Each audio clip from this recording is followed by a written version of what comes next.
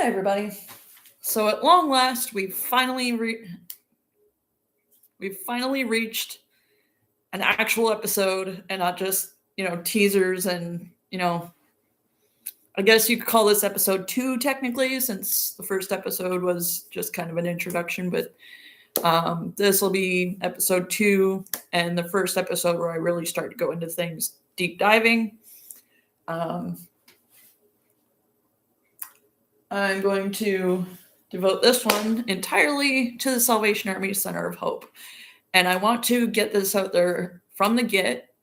This is not meant as an attack piece or as a I'm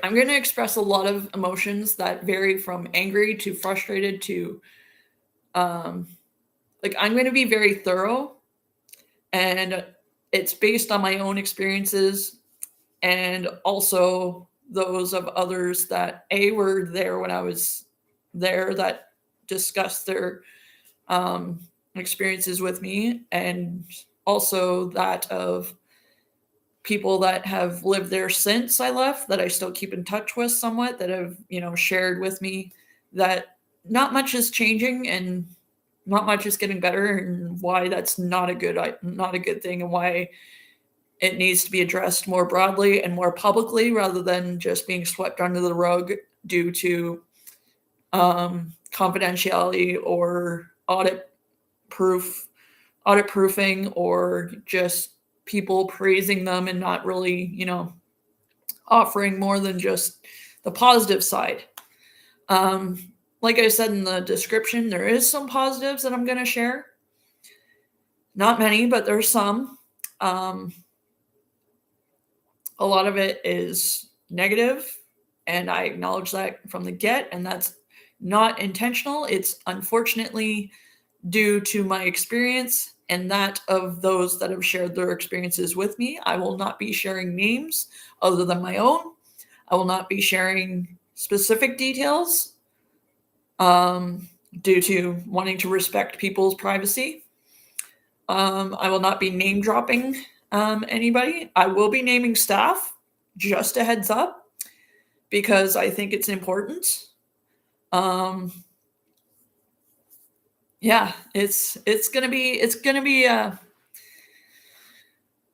and I'm kind of glad I've had the time since being housed again and being able to stabilize, to be able to really think about what I wanted to say, because I think I would have been a lot more angry and frustrated if I was still in the thick of being among the hidden homeless, or homeless/homeless. I don't know how you /unhoused. And I think I'm going to try and look at this entire thing as thoroughly as possible. I'm going to try and present multiple different aspects of my experience. I'm going to touch on the intentions behind some of the things that I experienced, good, bad, or indifferent. And I'm also going to I'm just going to speak of my experiences, and I'm going to name staff. I'm sorry.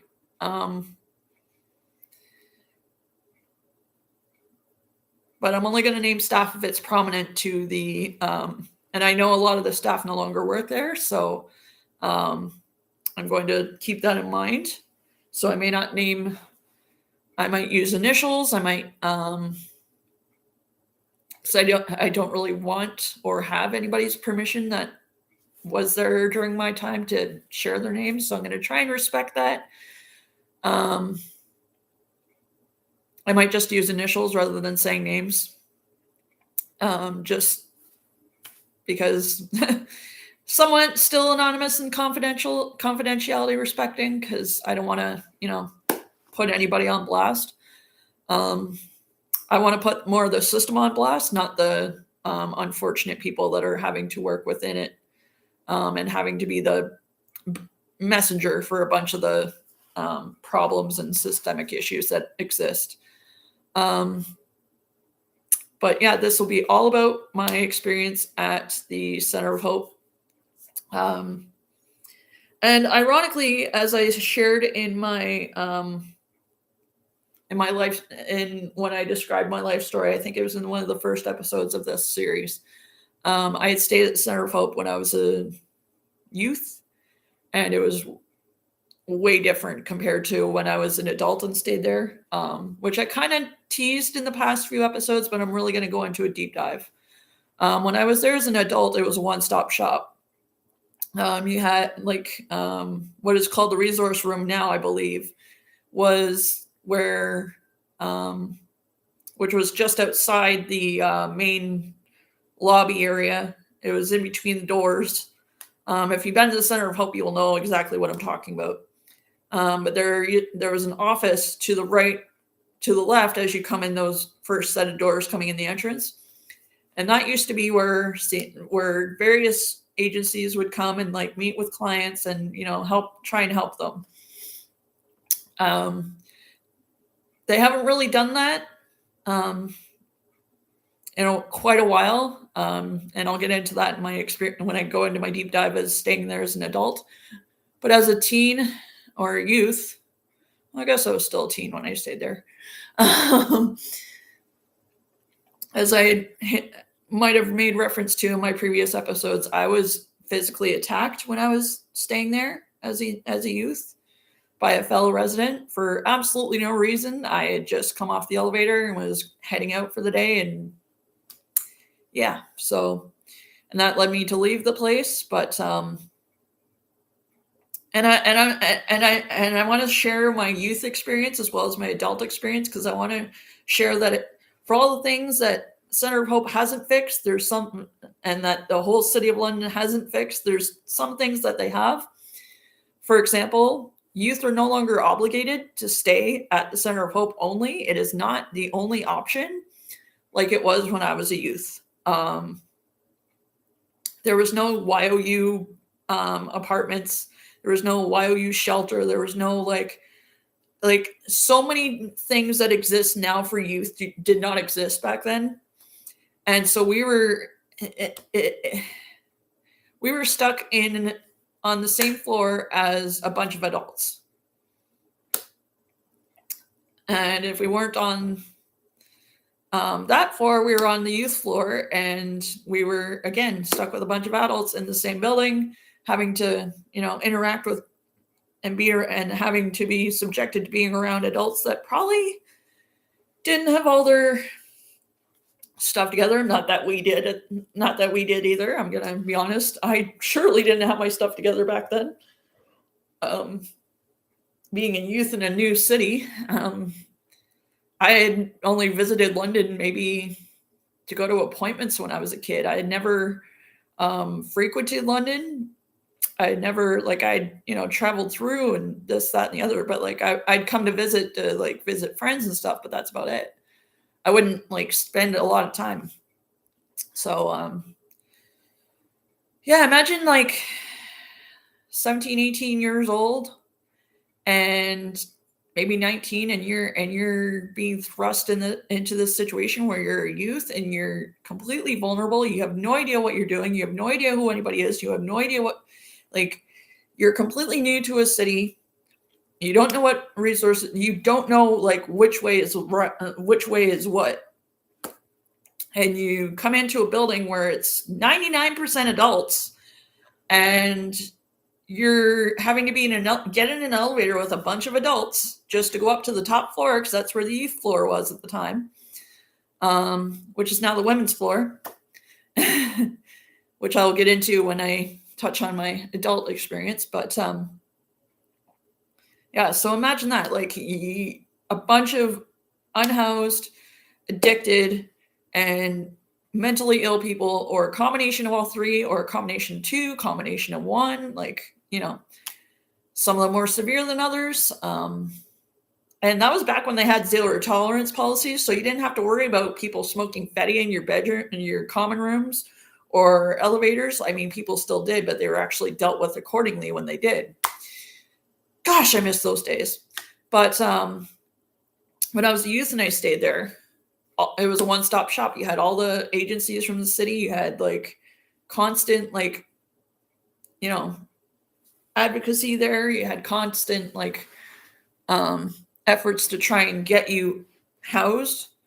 And plus rents were cheaper back then. So I gotta say that probably played a factor in a lot of success stories from back then.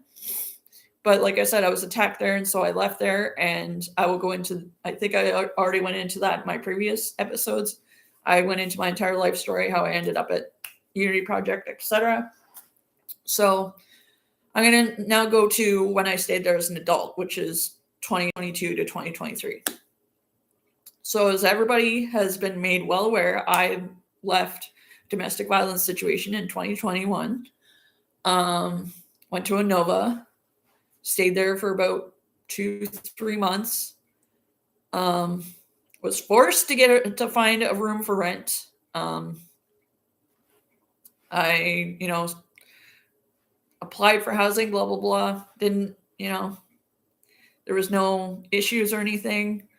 But I was just waiting for housing, and given I was a obvious fresh victim of domestic violence, I had what is called special priority status. So I was like, okay, okay, no problem. I'll just, wait for my name to come up.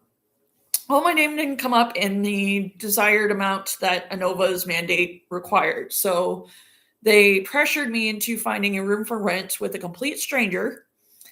When I'm already in a vulnerable situation, and trust me, Inova will get their own video. But anyways, I managed to find a room for rent. And at this time I was still getting EI from CERB from when I worked prior to COVID. I was getting EI through CERB, which was, yeah. And I had applied for the,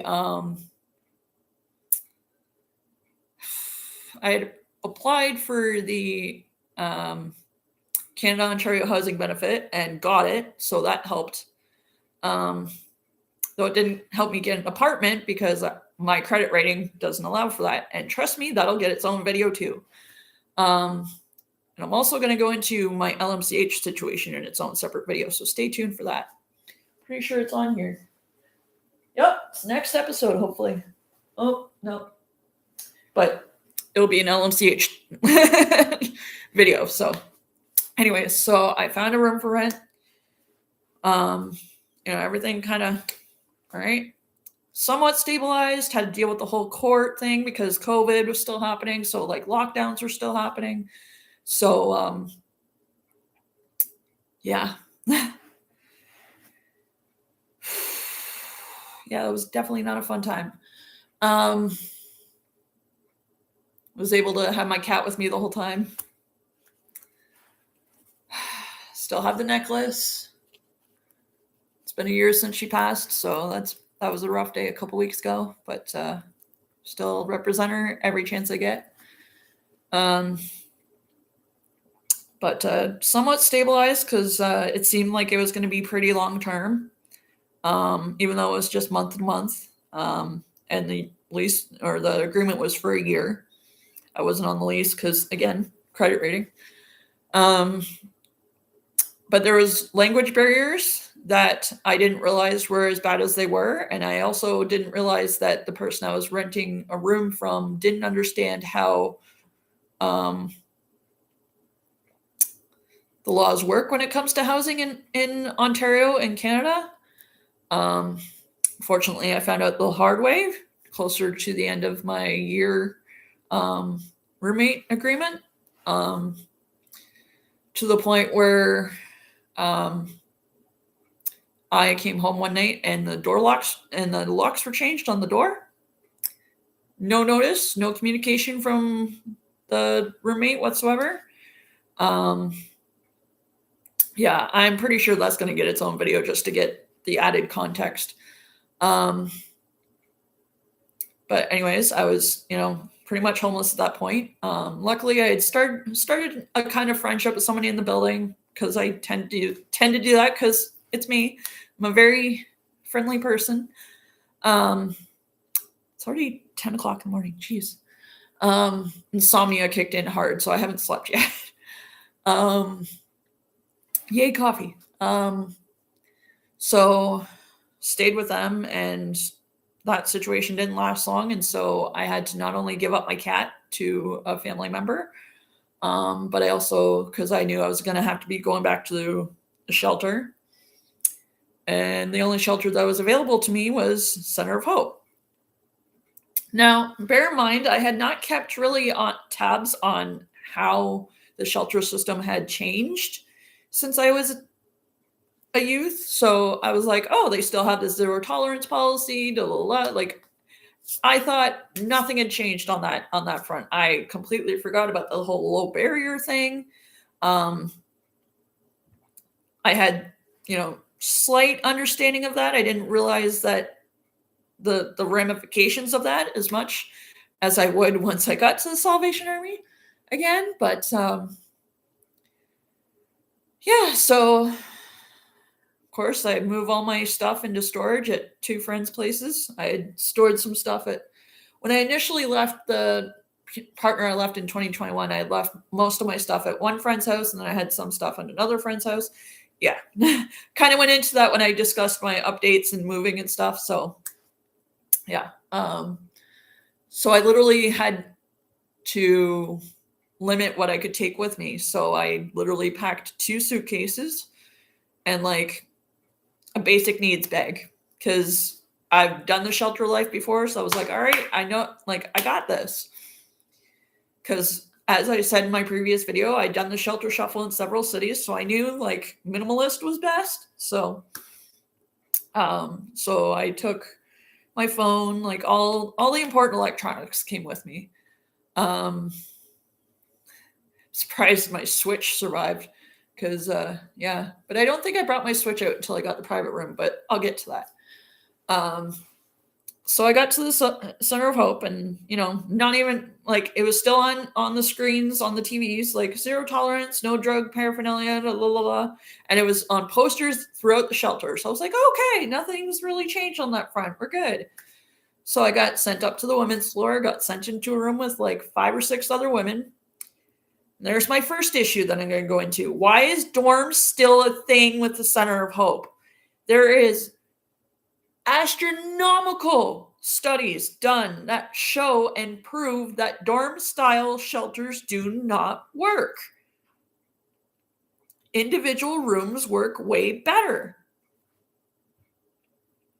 But Center of Hope doesn't seem to get that memo, because they still seem to think it's okay to put a bunch of people in the same room and just expect them to get along. And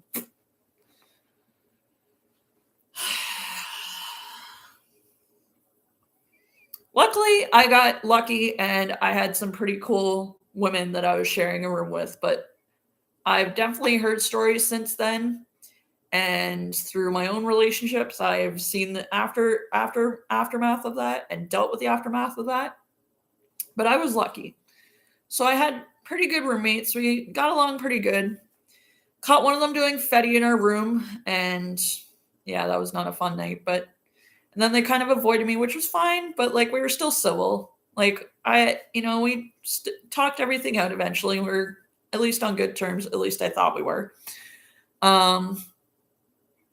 And of course, like, first thing I did, I'm like, oh, private room thing is a thing? Okay. Ramifications of that. Do I have that in a separate video? I'm looking at my list of topics. See, look at all those topics I'm going to cover. Oh, COHB gets its own video.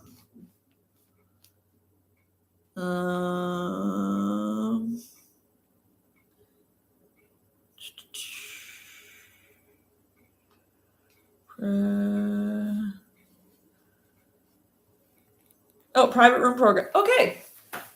So that gets its own video, but I'm going to touch on it a little bit here.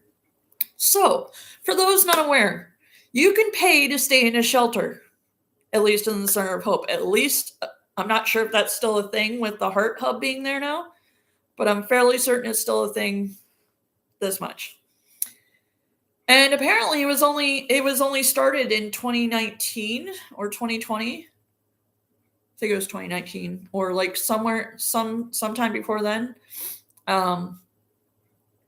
Though it seems like it's been a thing for longer than that. It seems like it was a thing when even I was a youth there, but I digress. So you can actually pay the shelter to stay at the shelter. Now, I'm going to go into why that's not a good thing, and that they really need to reevaluate that. When you get into a private room at the Center of Hope, you're under what is called a room and board situation. Now, here's the counterproductiveness of that. When you're staying in the dorms, food is provided for you free of charge. Okay? But if you're in a private room, you're basically paying for that food, even though it is no different and is the same exact food that people in dorms are getting for free. But you're paying room and board, so your meals are being paid for, as well as your room. Now, here's where it gets really messed up and completely counterproductive, and I don't think people actually realized how bad this was. I'm not sure if this is how it started initially, when the program first started, but it's definitely how it was when I was there, and it angers me to this day.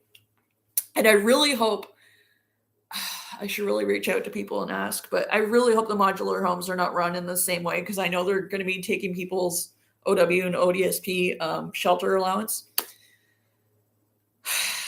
I hope it's not exactly like this. Anyways, so, and I'll go into this on the private room video, but I'm going to touch on it here because it's important for context.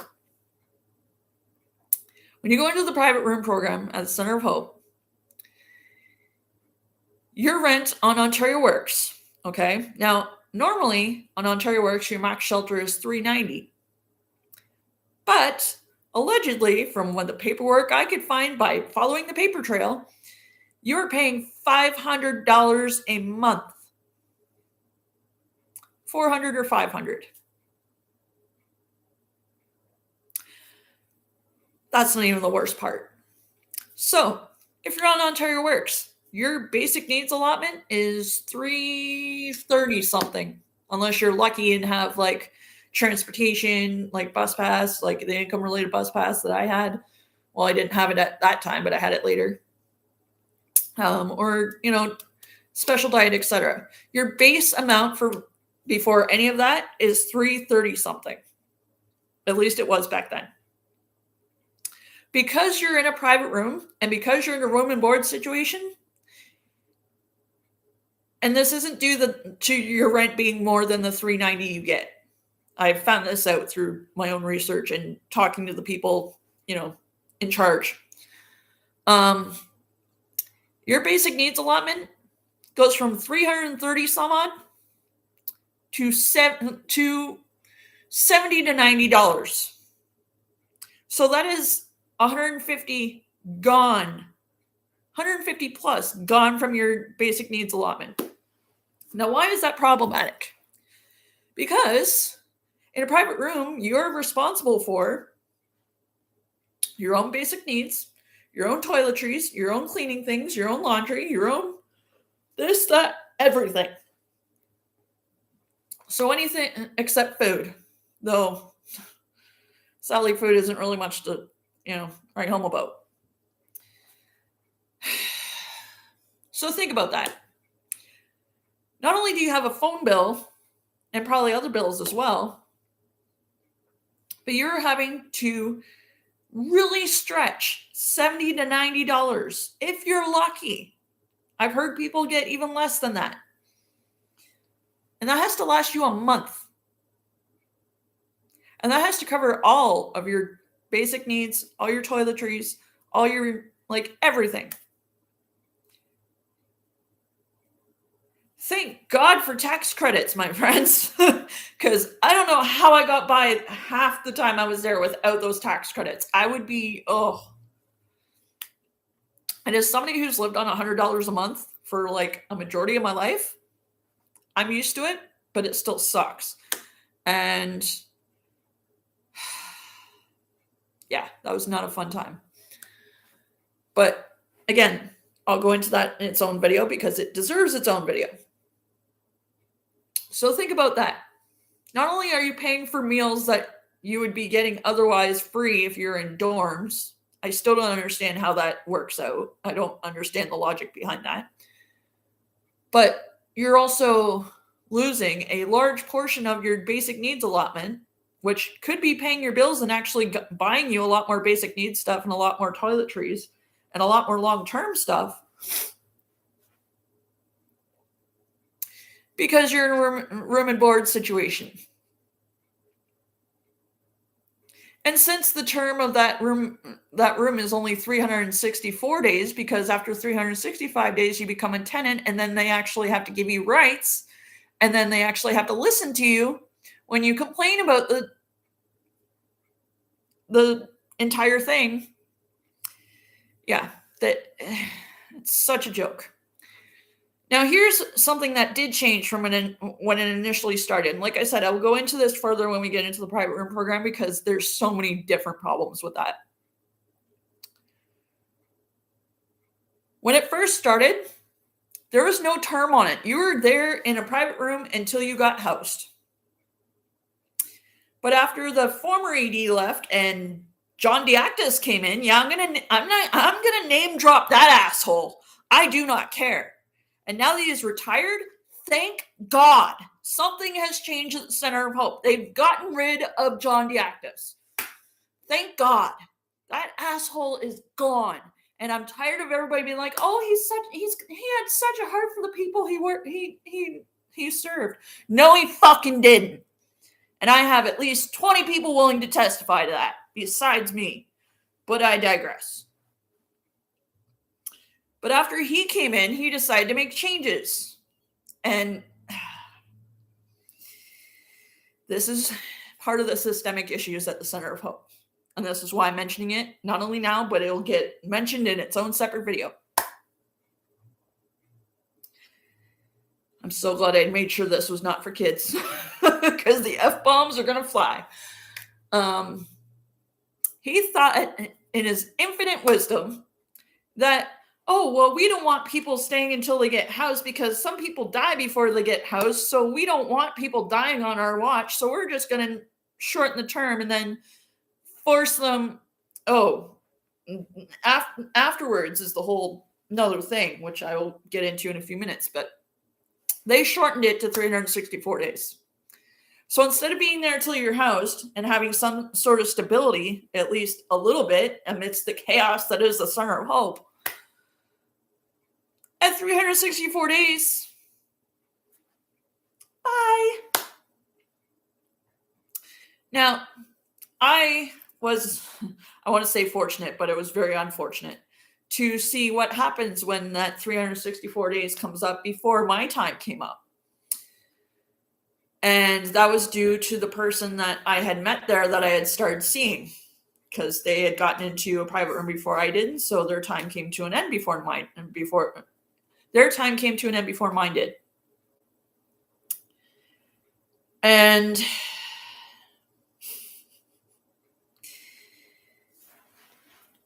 the level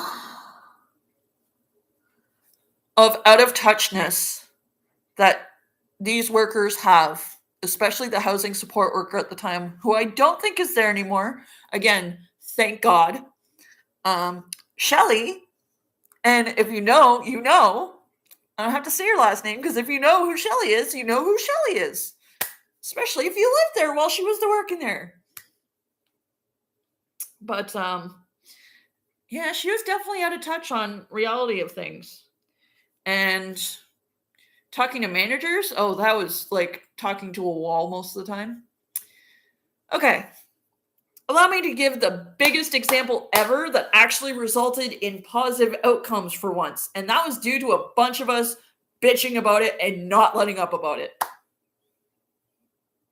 So, as I was saying, at 364 days, they tell you, bye.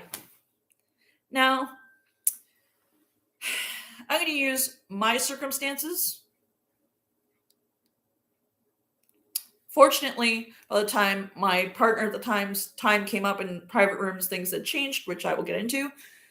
But many people we saw beforehand were not so lucky. And we were like, oh, so-and-so's not around anymore. What's going on? And we didn't, really know. So, and I'm going to present this as I presented it at one of the meetings, which was a monthly thing. As a private room resident, you had monthly meetings where you'd basically get regurgitated nonsense. And you were like, oh, what issues do we have?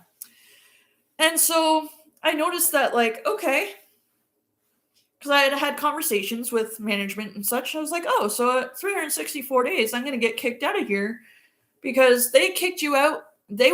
At the time, they kicked you out onto the street or into another shelter. And they worked with another shelter to ensure that they had a spot for you. Wow. Putting my position hat on here. If I under those circumstances, there was not another shelter that would take me because the Unity Project had since gone to those little modular things, and they weren't taking new clients.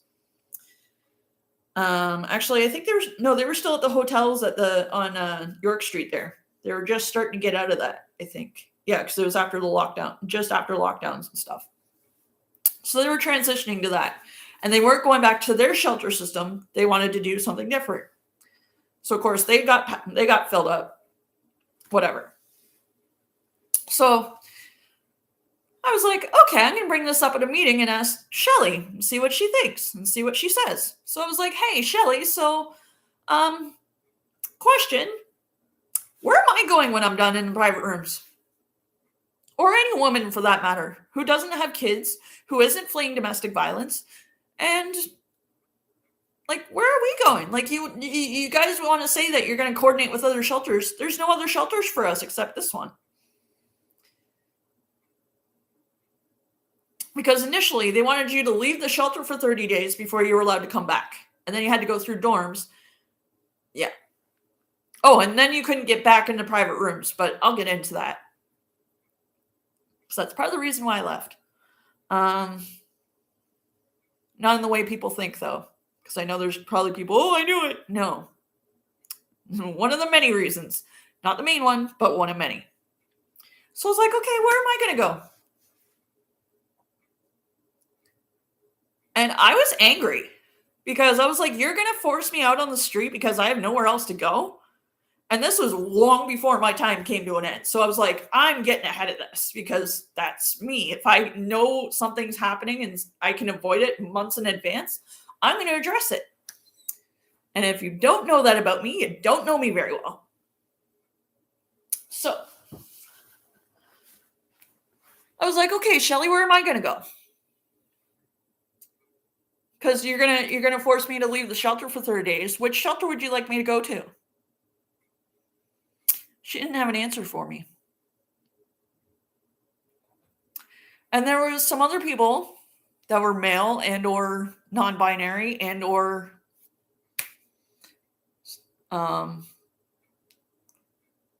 gender fluid, which I guess is non-binary, but there's different classifications to different people. And they were like, okay, where are we going to go? Because here's the thing. Even if you're a male that had other shelter options, like the men's mission or, this, that, or the other, they're full too. So it's not like you're going to get a spot, even if they called and, like, you weren't guaranteed a spot.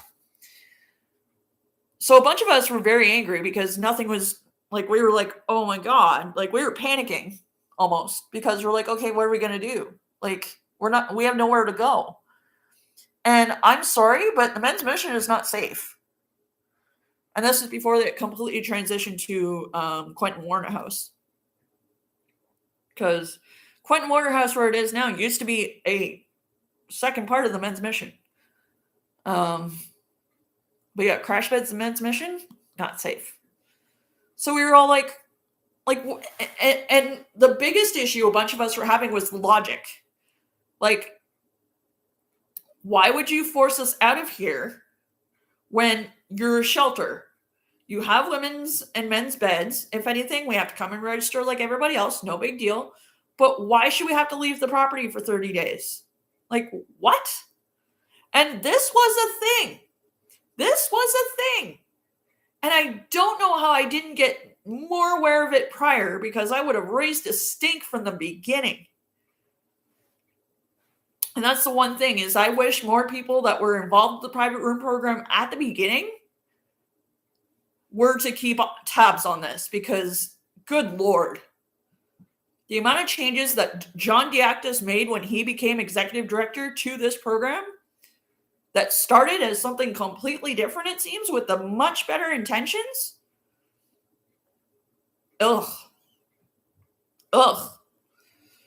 So glad he's gone. I'm not sure how. I really hope they don't bring in another John Diaktis. I hope they bring somebody in that was like Nancy. Like Nancy Powers, loved her. I interacted with her when I would meet her, when I would go to like meetings and stuff.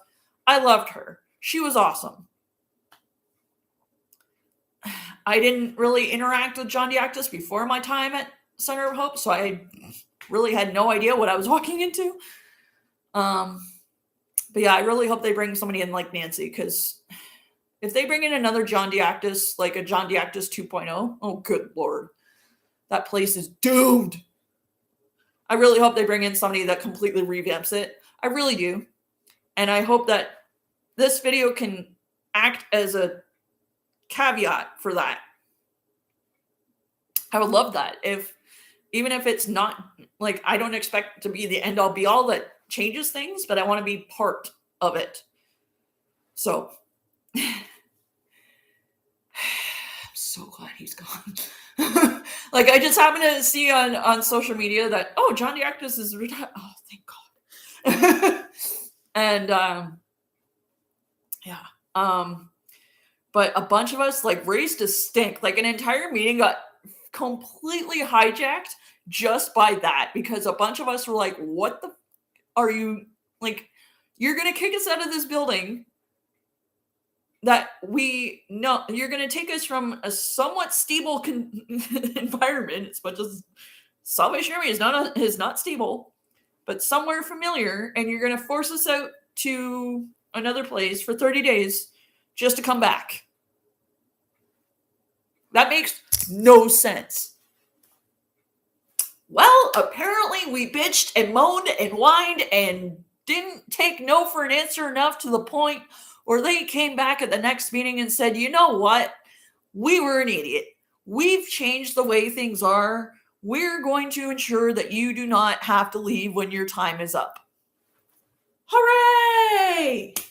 So I actually accomplished something in my time there. Even this much. I'm good. There's a lot more I wish I would have accomplished in my time there. And Lord knows I didn't. It wasn't for the lack of trying. But, yeah, so my time came and went. I would go visit Fudge once a month. I was, go get her food and litter, because in the time that I was in a private room, my family member that had taken her had to move. So I had to find a friend in London that would take her. And thankfully, a friend of mine was able to. Forever grateful to you. And if you know who you are. And I was able to go visit her once a month and bring her stuff. I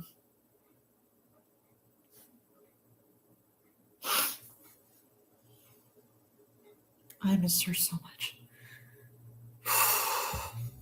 Sorry, this happens every time. It's been a year and it still happens. So, but no, and so I'd go visit her, and I was like one of the happiest times. Like, I always took pictures of her. Every time I went to visit her, I took pictures of her, like every single time. And then I was like, you know what? And this is just because of how bad I missed her, not because, like, this was completely selfish thinking on my part. Oh, clasp is down by Charms, so just thinking of me. I wanted to try and bring her into my private room with me. Of course, this was before I found out about, oh, by the way, you're going to have to leave for 30 days. And then they changed it. And then I would have to go back into dorms. And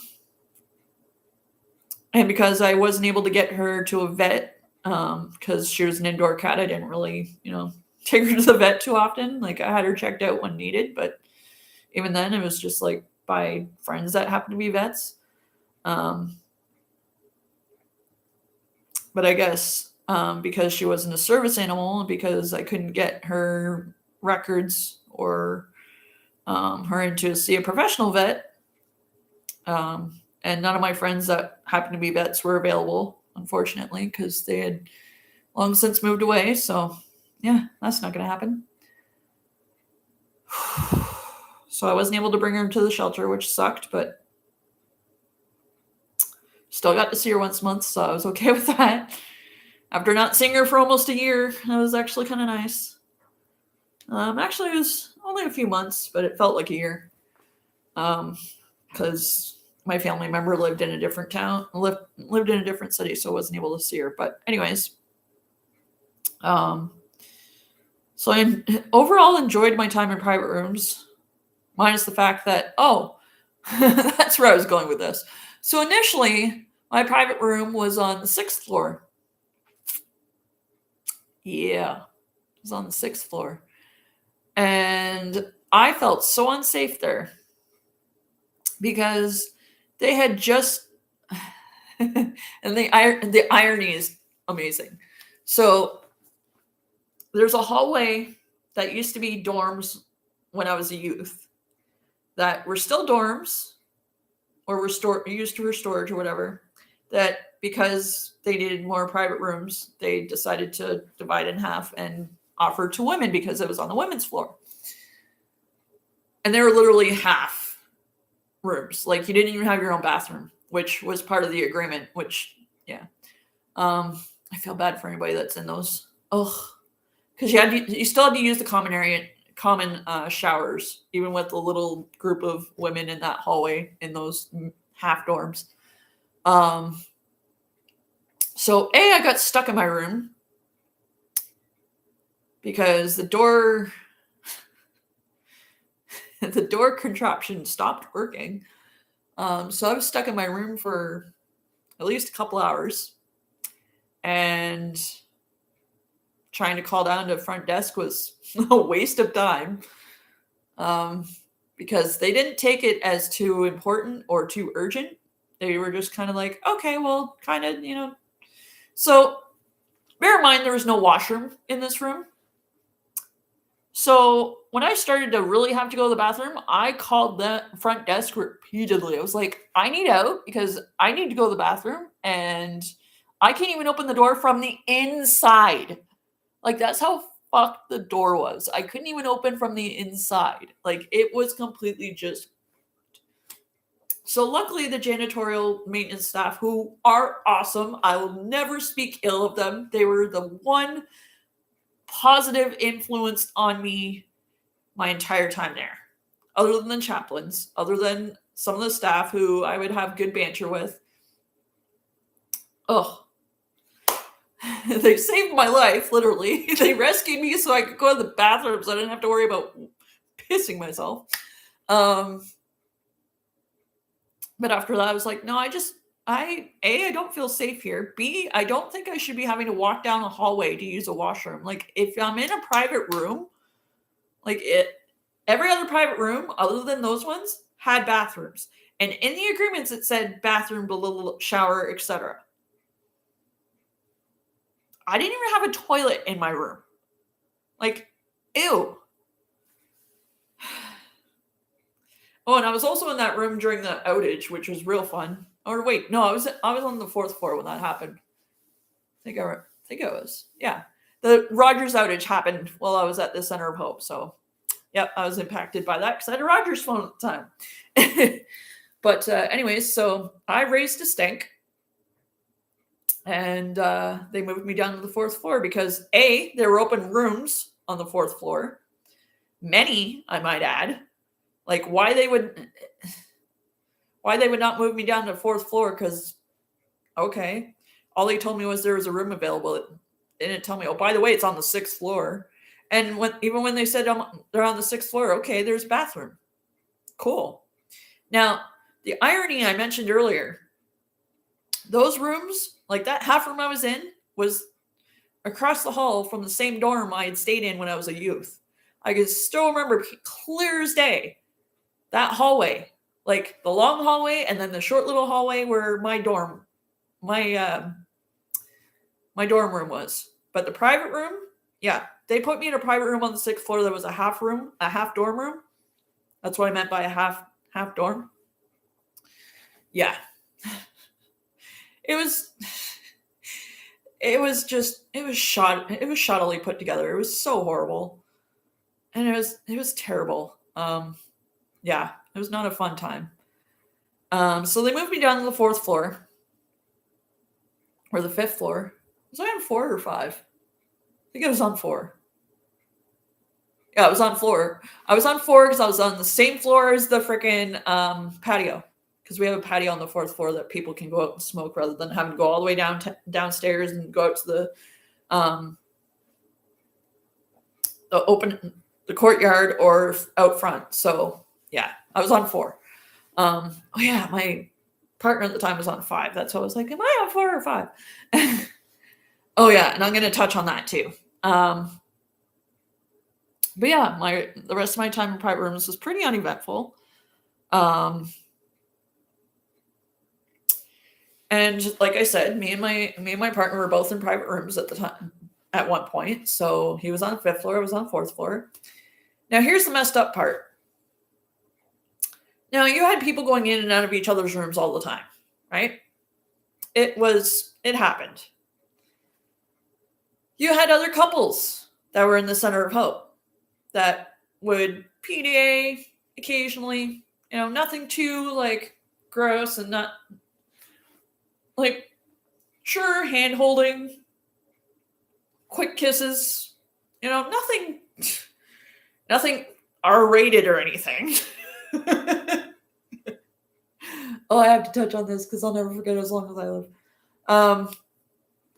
So me and my partner would, kind of, we'd have an elevator to ourselves. So we'd kind of like, we'd walk with our arms around each other, like either around the neck or around the hips and whatever, or hold hands, or we'd walk each other to our doors and give each other. We wouldn't go inside each other's rooms because we weren't allowed, and we were rule followers. So we were like, yeah, we're not going to rock the boat, whatever. We're here to do our time. Let's not make things more difficult than they need to. Trust me, it wasn't us making things difficult, but I remember we got flack by staff so often because we would either kiss each other goodbye or goodnight, or we would, just, little pecks when we'd be standing in the lobby or waiting for meals because everybody, ate together in the cafeteria. So you'd line up for meals and, he'd stand there with his arm around me or I'd stand there with my arm around them. And, yeah, so staff decided to give us flack about it. So, and then Chaplain was right there when I said this, and that's why I laugh about it so much. Because they were making such a big deal about it. And so I was like, well, it's not like I'm giving them a blowjob in the middle of the freaking lobby. And the chaplain was right there. Oh my God, it was so much fun. Oh, so his face was priceless. They stopped giving us flack so much after that.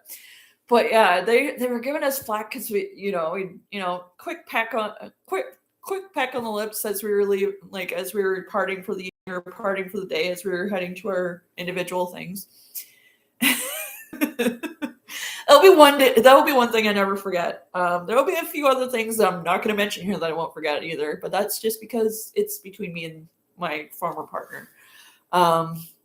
Nothing that we weren't supposed to be doing, just, memories that we have that, you kind of had to be there for. But, yeah. And,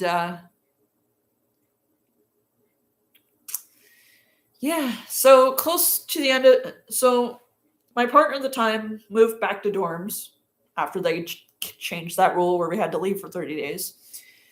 And we were under the impression that after a certain amount of time, you could reapply to get back in private rooms. Because at first we were told it was 30 days, then we were told it was 60 days, then we were told it was 90 days. So my partner at the time put his name on the list. Well, turns out once you've had a private room, you can't get back into the private room program. Tell me what sense that makes, especially when we know full well that there's rooms available. But they were pulling everybody and their grandmother off the street and putting them in there they didn't have to go through dorms. So the systemic issues there is just chaos. Like, I get it. You don't want people staying in dorms, but we had to stay in dorms before we got into private rooms. Like, what? Oh, because they were not staying here. Like, the amount of counterproductive measures is ridiculous. Like, I get it. You're desperate to get somebody in off the street, but put them in freaking dorms first. Like, if the rules are going to apply to everybody, apply the rules to everybody. Stop letting people jump the queue. Like, if you get to the end of the month and you go through the list and there's nobody new, and you go, then you go by the person that reapplied, like, first, followed by subsequent applications. And then you just take names off the list that way. But they refuse to do that. Even now. Apparently that's still a thing. Apparently they'll pull people off the street, put them right in private rooms, but they won't have to go through dorms first. Good Lord. And some of the people they were putting in these private rooms right off the street they were not ready to be isolated in a private room. They needed around-the-clock care, and they weren't getting it. And it was disgusting. And then you still had people grandfathered in from the old program, from the way the program used to be, that were still in the private room until they were housed. They didn't have to go back to dorms. So again,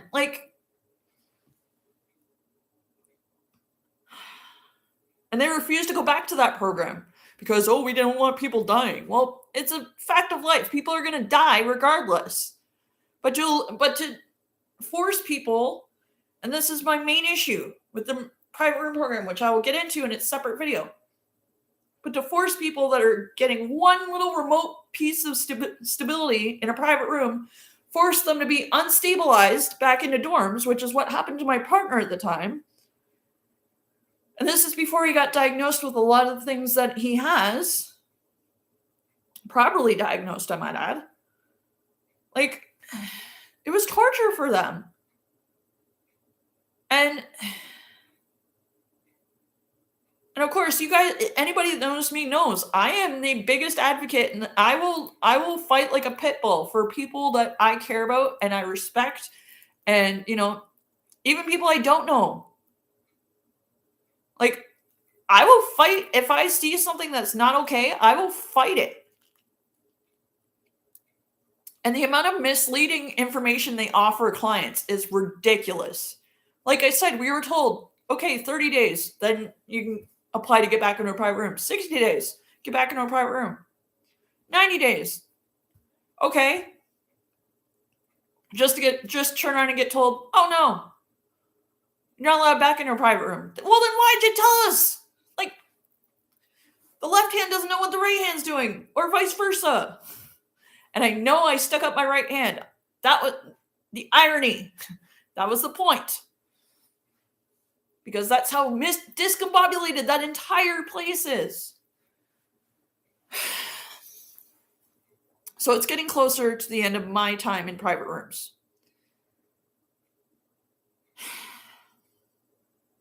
And I'm so glad that one of my favorite staff members was not on front desk when this happened, because I could probably never talk to them ever again.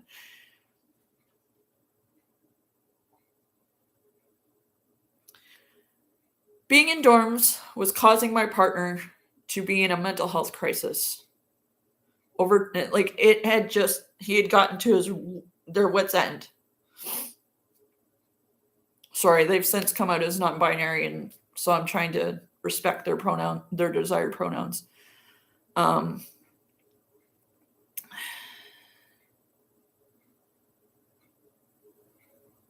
at the time they were identifying as male, so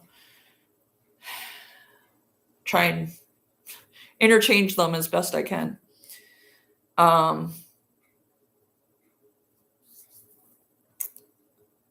And it just so happened that on the first day I'm back in dorms, or I was forced back to dorms, I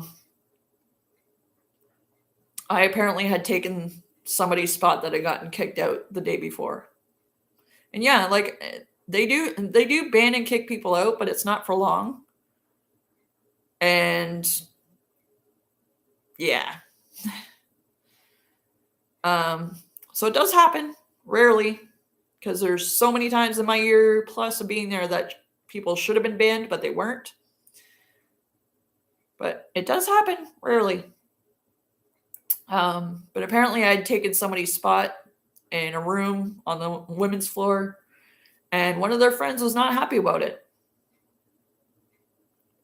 And to the point where when I tried to go with staff to, kind of put my stuff away and, claim my spot, this person came and got right in my face, right in front of staff,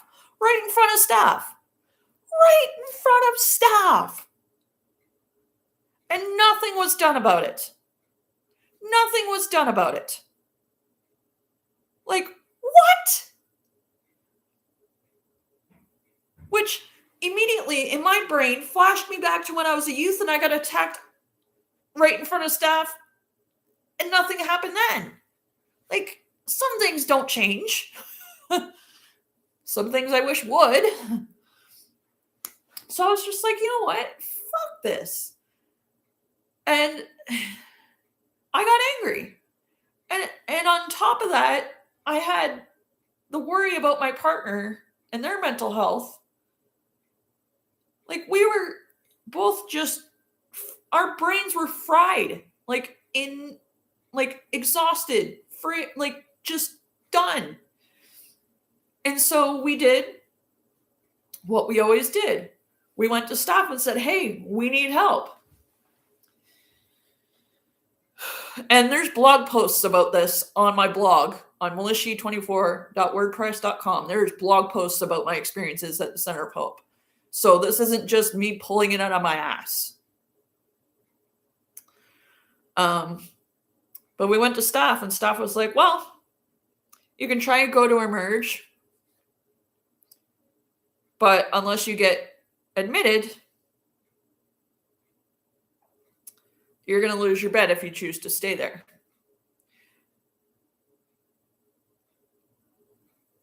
So if we're going to get help in order to better our situation mentally, we're going to lose our bed, which is counterproductive because we had seen in our time in dorms prior to going to private rooms that people would stay out for days on end when they were in a dorm, and they'd never lose their bed.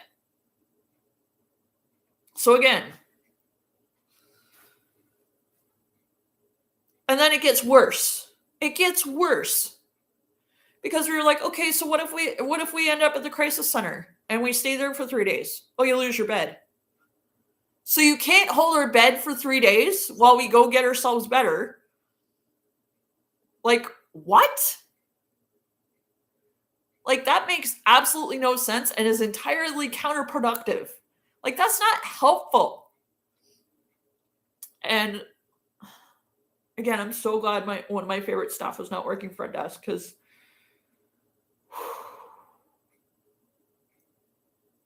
also shout out to the security guards at the Center of Hope, because some of them were real fun people. Some of them were dicks, but some of them were really, really great people. And I'm so glad some of them work elsewhere where they're better suited. And I miss all of you. I love all of you. Thank you for the laughs. Thank you for the good times.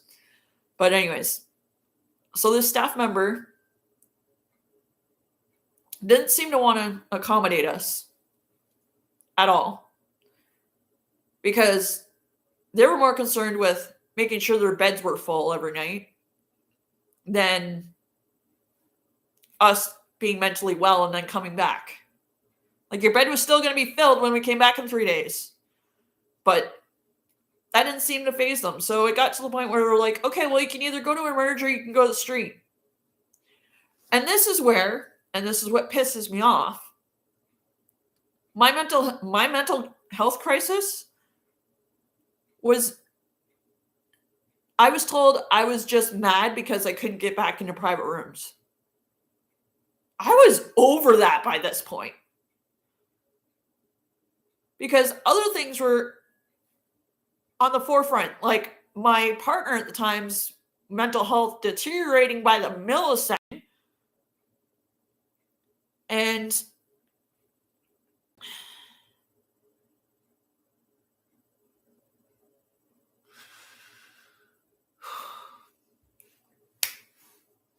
yeah, so we decided to go to Emerge and take the chance because A, it was getting close to check day. And the whole CMHA Crisis Center was awesome, but it has some changes it needs to make, which they've hopefully made since then, but that'll get its own video. And much more positive experiences there. We were able to get into the CMHA restabilization space, both of us. So, and we were lucky enough within our few days stay there.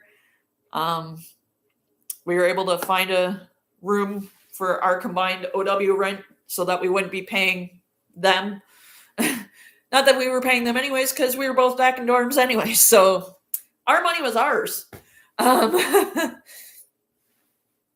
And yeah. And I want to go back. I would really like to know where this person is because she was the best.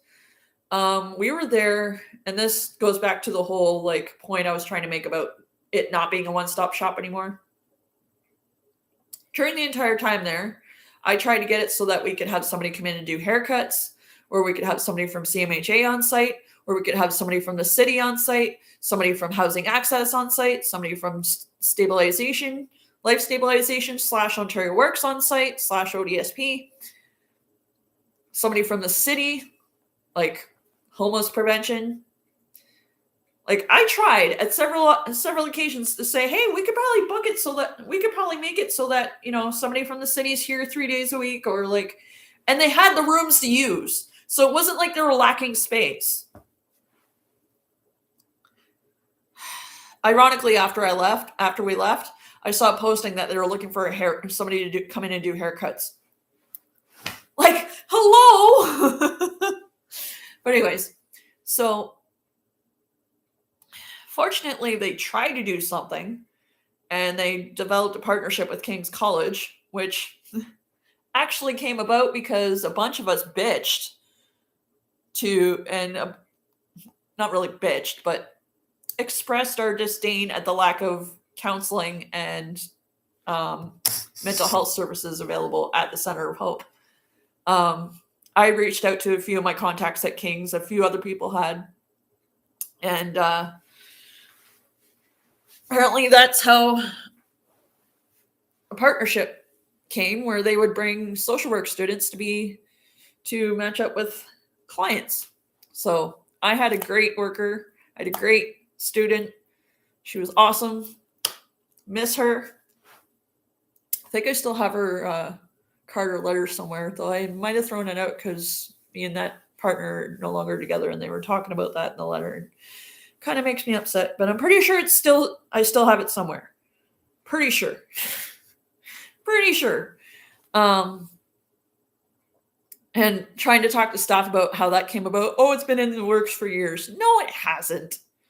Like, they were so content with like thinking that telling people, oh, we're doing this, and this. No, you're not. Your clients are doing this. Your clients are reaching out outside of your control and trying to get something going for not only themselves, but their fellow clients and residents. You guys are basically telling us no at every chance we get. We want counseling services. Oh, no, it's not feasible. Then all of a sudden you have King students here? That's not feasible, right? Like, and telling us that you can't arrange for somebody to come in and do haircuts for your clients. Not feasible. Can't have somebody from housing on come in once or twice a week. You had somebody come in and do people's taxes, which was a joke, because I love the person that did the tax service. I love them. They were great people. But even they were like, this makes no sense. Like, I'm not really doing anything because it's literally somebody to supervise you while you're doing taxes on a computer. You can go to the library and get that done. Like, but again, they would do what they wanted, even if it made no sense. And then the things that were actually feasible, that actually that people actually needed and wanted, oh, it's not feasible. And then suddenly, oh, there's suddenly counseling services here. Even though you guys have been begging for it for the past, 8-9 months. Oh, not feasible. Oh, not feasible. Oh, not feasible. So yeah, I really wish I could have live streamed my entire experience there, because it would open up a lot of eyes. Because a lot of the things that people that are friends with people that work there, or friends with the executive board and executive directors and management, yeah, talking to management was like talking to a wall, because a lot of the times you were made to feel like you were the problem because you were raising concerns that everybody else had, but were too intimidated into silence by this management to say anything. So it felt like you were just being problematic and just being dramatic and this, that, and the other. It's disgusting. And from what I hear, it's still a thing. And then it's only gotten worse.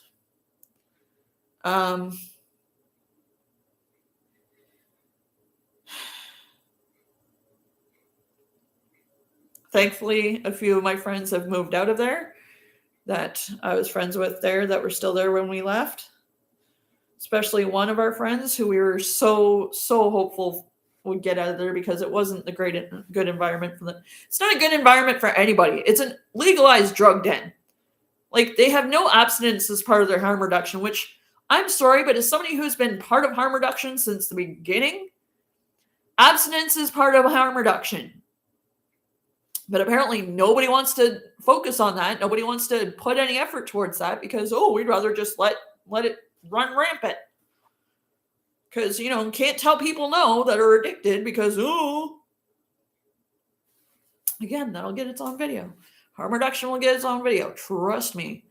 But Center of Hope is a legalized drug den, which, again, why they're putting the Heart Hub in there, and it's already not off to a good start, because I have it on good authority from people that, talk to me, that have either family or friends that are being accepted into there, only to turn around and either check themselves out or not be accepted, or to get in there and then relapse because it's a legalized drug den.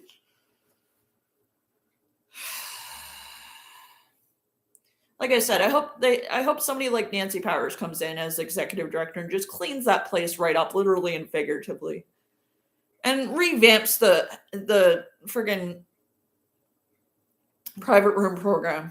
Like, it's supposed to be part of Housing First. It's not Housing First. And here's another frustration that I constantly had there. Much like at Inova, Center of Hope pushes for people to find rooms for rent with complete strangers many times, based on lists that they're given from other social service agencies that aren't vetted, which means you could be getting scammed and not know it, or you could be trying to get a lead and it turns out to be a non-existent number, or an out-of-service number, or, I don't know, a creep if you're a female, or even a male. It could be a female creep. Like, they don't vet these housing lists that they send out for apartments for rent and rooms for rent, because they literally copy and paste them off of Kijiji, Facebook, etc., put them on a list and send them out. They don't take the extra time to call and vet these things. They don't say, you know what, these are, not valid. And They're giving these lists to people that get $390 a month. And guess what? You can't get a room for rent as a single person for $390 a month.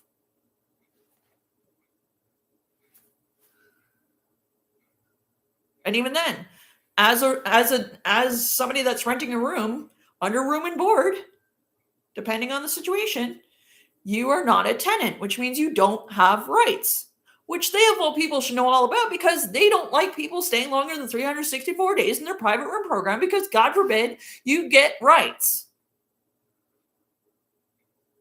Like, that whole place is a shit show. I want things to be better there. I don't want staff to be misleading residents and clients. I don't want signage around the building to be misleading people that come in for tours or clients or residents. I don't want staff telling residents one thing and then management another, or vice versa, or management doing the same thing. Like, I want staff that actually has a backbone, that isn't afraid to tell somebody, no, you can't be using in the elevator, in the stairwell, or in a dorm room, or in your private room, or in common bathrooms, or shower stalls, or washroom stalls in common areas. Like, or in hallways, in full view of people. And then when people lash out and break windows, as it happens quite a lot, or start fires, as happens a lot in their private rooms or elsewhere in the building, that they're dealt with accordingly. And when you get the fire alarm pulled at 3 o'clock in the morning by some random dumbass, and you get the freaking you get the entire fire department there, and you're having people not be able to use the elevator that have mobility issues, you're having to evacuate them. They're having to walk down 4 to 6 flights of stairs. Like, and sometimes it isn't just once in a morning. It's 2 a.m., 4 a.m., 6 a.m., just before breakfast. So the poor girls, the poor lunch ladies in the cafeteria have to throw out all the food that they're just getting ready to serve for breakfast because it's been exposed. It's no longer fresh, so they have to start all over after it takes 40 minutes for the fire department to get there and sort everything out. Like, oh my God. Like, I wish people that were actually wanting to improve the shelter system as it was were not just listening to people that just rose-colored glasses this thing. Like, people that, I wish they'd listen to people that actually have seen the systemic issues and actually listen to the ones raising the concerns that are very valid. They're not just coming out of nowhere, that aren't just being dramatic or this, that, or the other, that are legitimate concerns and issues with the systemic issues at play there. And the number one thing they need to do is take it off of low barrier. Start having accountability. Like, the zero tolerance policy not being there is dangerous. The amount of weapons I've seen come in and out of there is ridiculous. Hedge clippers, machetes. Like, this is a homeless shelter, and you have people coming in with weapons, and they're not being searched. They're only searched when they get there initially. And even then, they're not thoroughly searched, so they can be hiding shit in a wide variety of areas, and nobody thoroughly checks them. Like, and this is the same place that gets funding from the city every year as part of their program. But you never get to see the books or anything because they're audit proof, because it's the Salvation Army.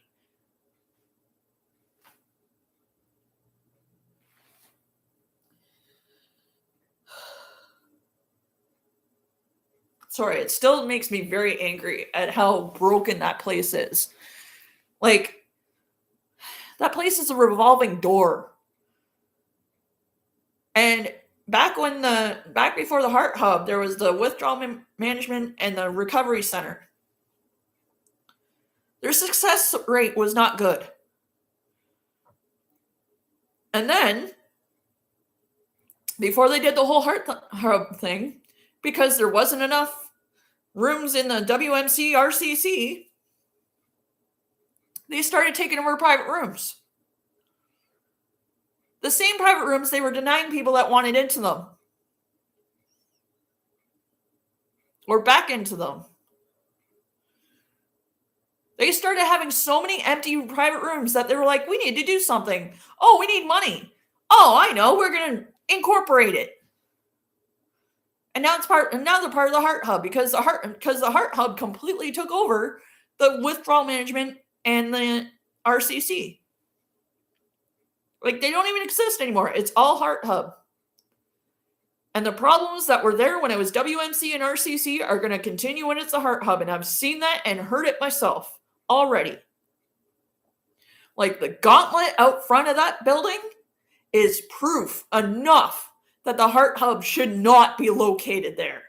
Because by putting it there, you're not encouraging people to get off drugs because you're not giving them the distance from the people and environments that cause them to do said drugs. You're not giving them a fresh start anywhere because it's the same environment. You're still having to interact with these people when you exit and come in and out of the building. Like, there's no distance. And if you owe somebody money or owe a drug debt or owe somebody drugs or whatever, or have been subjected to violence by people in this building, you're having to still be around them. You're not allowed the distance to get clean and sober and actually have a good, positive chance. And an opportunity to get away from the toxic environment, the unsafe and unhealthy environment that is the center of hope, and the exposure to the open drug use there. Like, the fact this needs to be said, even though it's a well-known fact by CMHA, the city staff, social services, you name it. The fact that I need to be saying this. This has been the worst kept secret for almost a decade. And I can say when I've talked to Kevin Dickens about this, oh yeah, I know. Oh yeah, I know. Then what are you doing about it? Nothing. Well, there's nothing really we can do because... No, there is something you can do. You guys are the ones that instituted the low barrier. Take it out. Done. See how many problems go away right away. Bring the program back to what it was, private room program back to what it was when it started. Stop giving the control over to these agencies. If you haven't learned the lesson from the hunger strike yet, I don't know what to tell you. But this was before the hunger strike. You gave control of this program to the Center of Hope. And you provided zero oversight. There's no oversight here because if there was, and it was provided to council and reports, my God, this place would be torn upside down and around by now. They would have been like, nope, this is not acceptable. We're going to change this.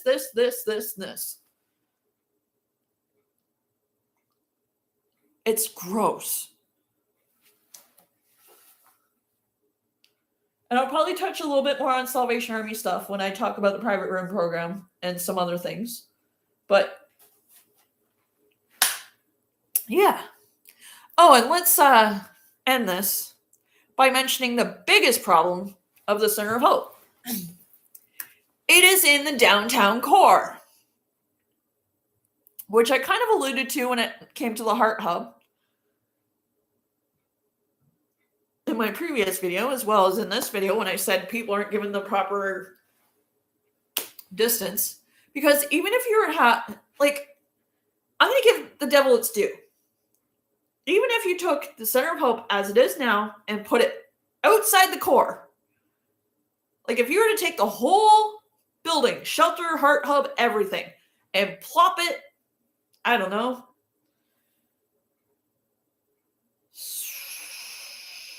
not quite at where the modular shelters are, but that would still make sense.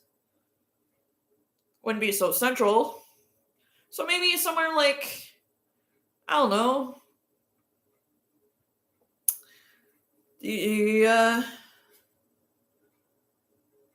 There was an empty building somewhere on, is it Adelaide or was it Southdale?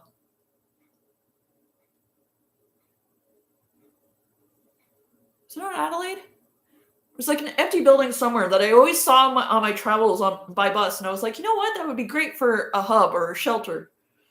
But like, take it out of the core and place it somewhere where it's like intentionally not easily accessible, where you still have the transportation provided like you do at the modular shelters, modular homes, I mean, and have direct connections to, health, whatever support's needed, have them either on site, one-stop shop, or have transportation provided. Put it somewhere else.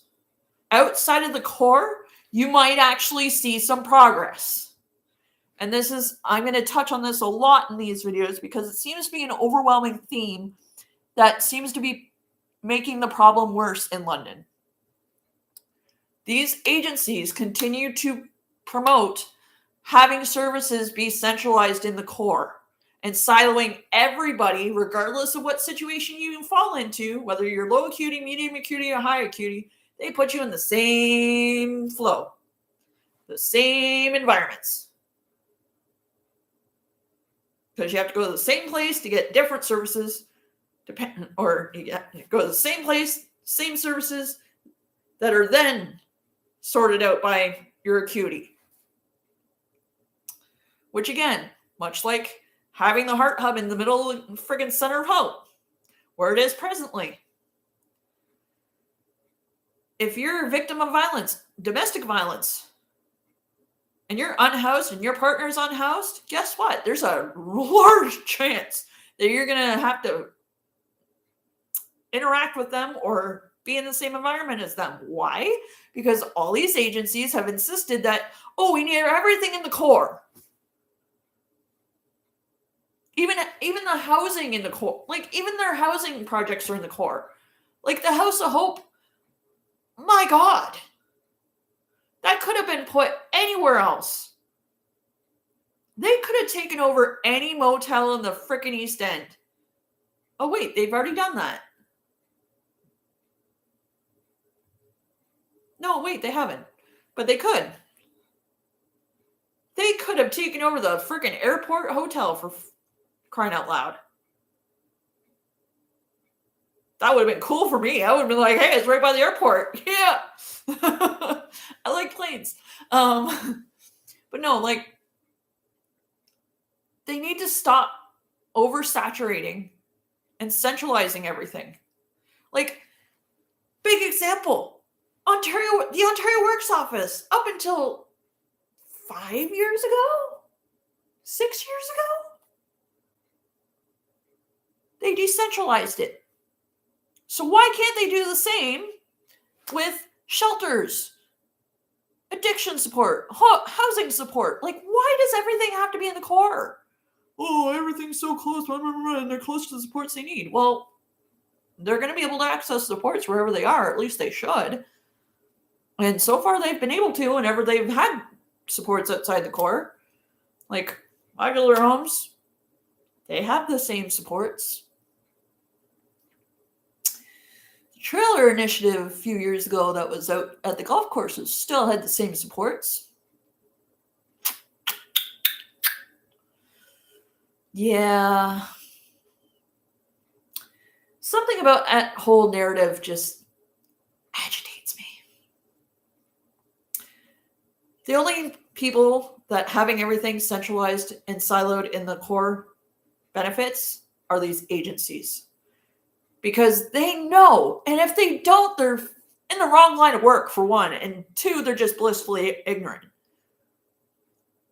Forcing people that are unhoused and unstable to stay and be around the same influences and environments that made them sick and are keeping them sick and are keeping them stuck, guess how much progress that's going to make towards them getting housed.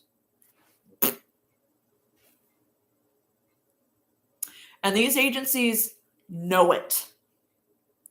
And how do I know that? I've had conversations with them.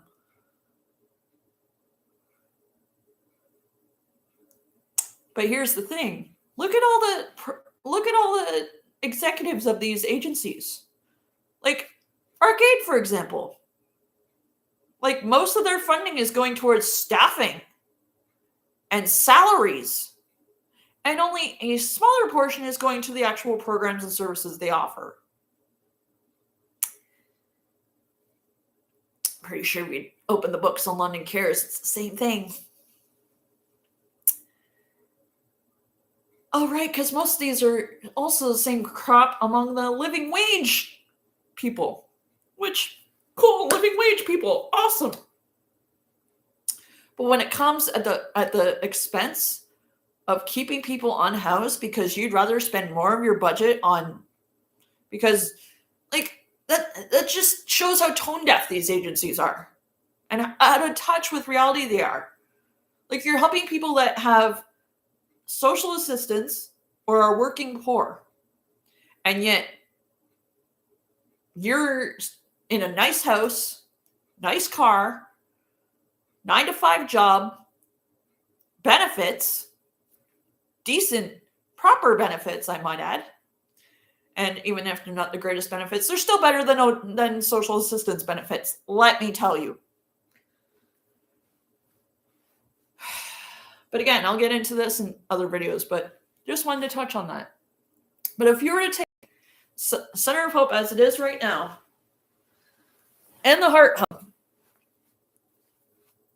and put it away from the core, guarantee there'd be a change.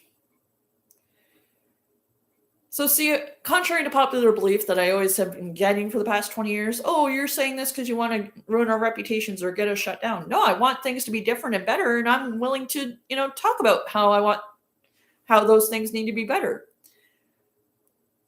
And considering for the past 3 years, nothing's changed and it's actually gotten worse. The same agencies that bitched and whined and complained and begged for control over the response to homelessness because the city didn't know what they were doing and we could do a better job. Well, 3 years later, guess what? You're not doing a better job. You're doing a worse job. Because guess what? The numbers are worse. The problem is worse. It's not getting better. And guess what? It's not due to anybody else but y'all. You guys have sat on your hands and just been like, oh, we just need a continuation of funding what we're already doing. Why bother doing something better? And then, and this made me laugh. This is going to be a longer video than I expected, but I think it was a couple weekends ago with that cold alert, there was actually an article in a local media in London that said that agencies that had opened up extra spaces were going to bill the city for it. No, that should be coming out of your guys' funding that you guys have just gotten from the city. And I believe it was Arcade that said that. Can't wait to have their video because that's going to be a deep dive that you guys are not going to believe. But yeah, again, these agencies are so quick to criticize the city for what they're not doing, yet nobody's being honest about what they're not doing. And with the federal funding and the provincial funding coming to an end shortly, guess what? It's not up to the city to backfill for that or continue that. You guys knew this funding was time limited. You guys knew when the funding would come to an end. And yet you guys are complaining like you had no idea.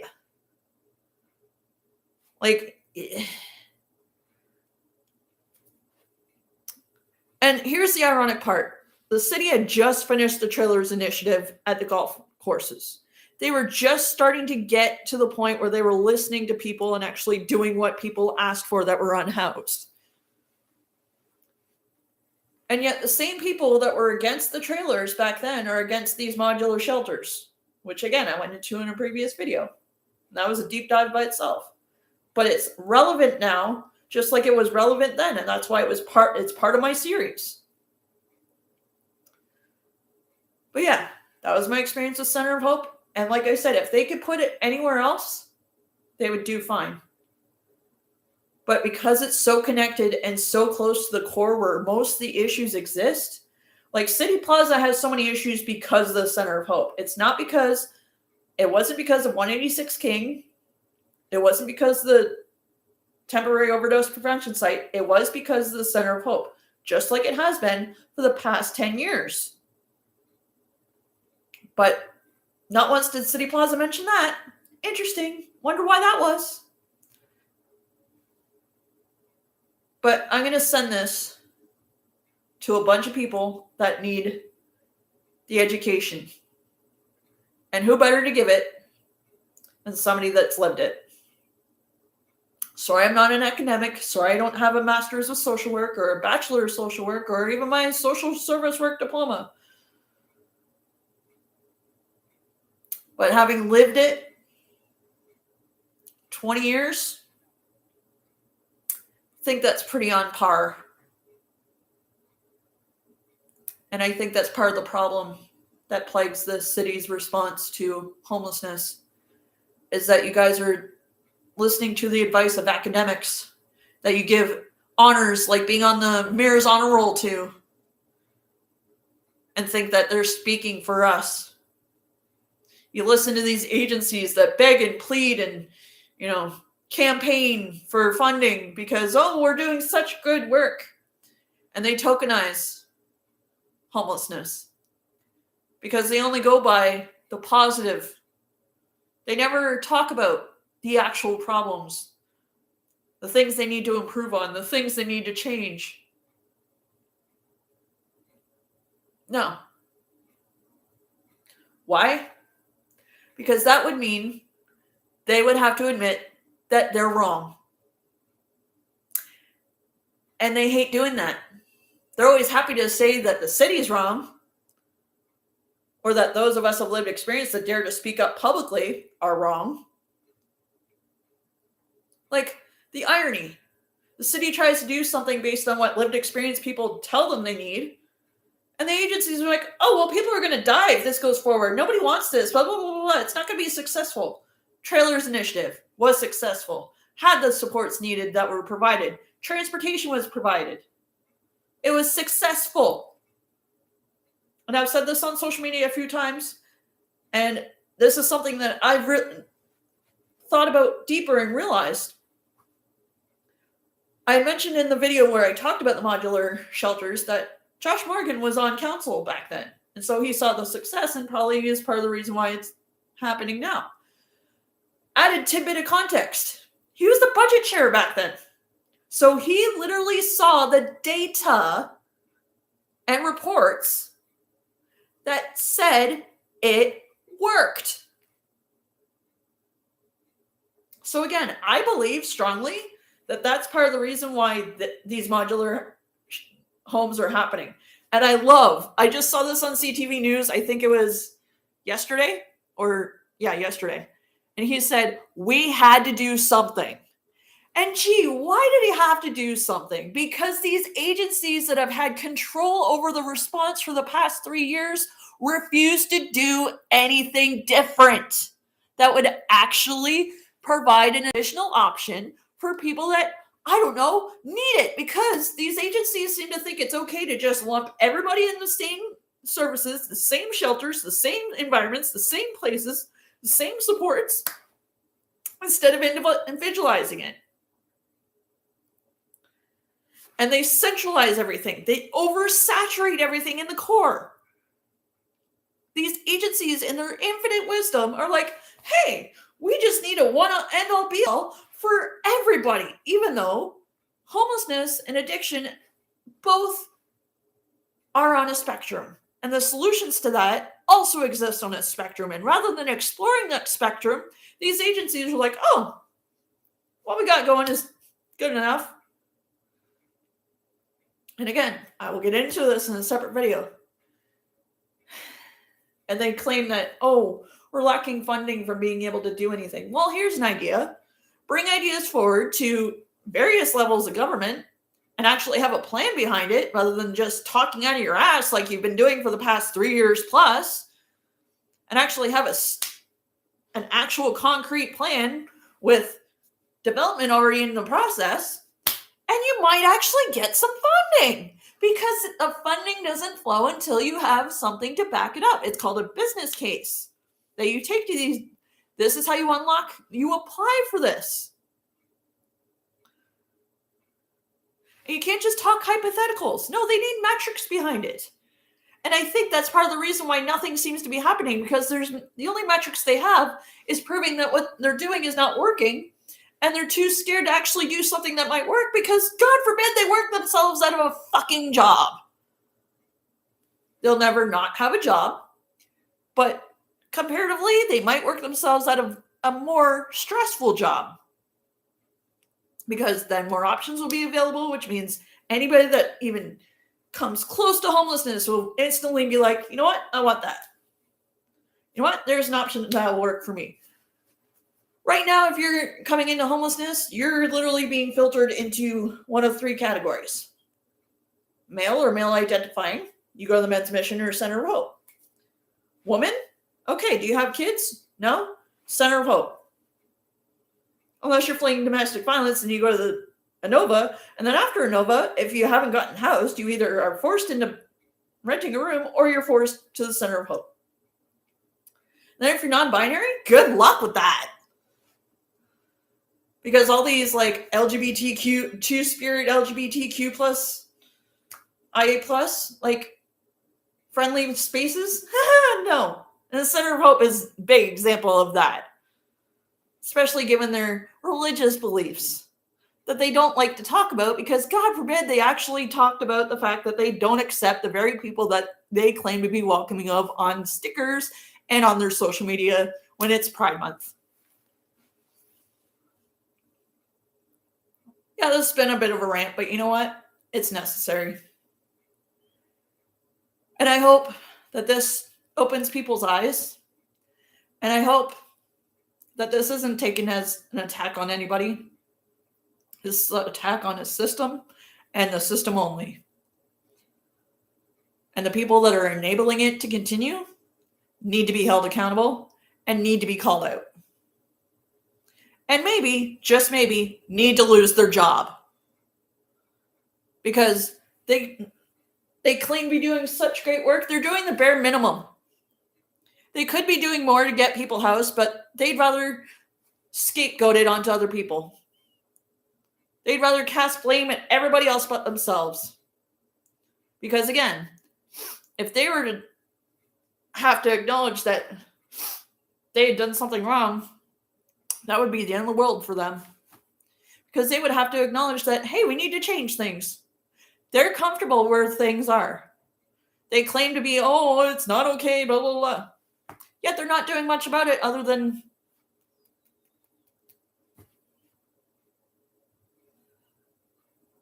writing letters that go nowhere, that do nothing. Yup.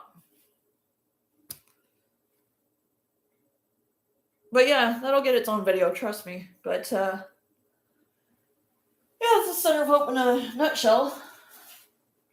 And as I said earlier, the next episode will be LMCH housing. Specifically, my experience at 580 Dundas. Yeah. So look for that episode soon. With the weather going on outside, it might come sooner rather than later. But yeah, any questions, feel free to reach out to me. Email is my username on here at gmail.com. Pretty sure you could also find ways to contact me on my About tab. I'm going to double check that when I finish this. But hopefully this has been eye-opening, and any questions, comments, queries, reach out.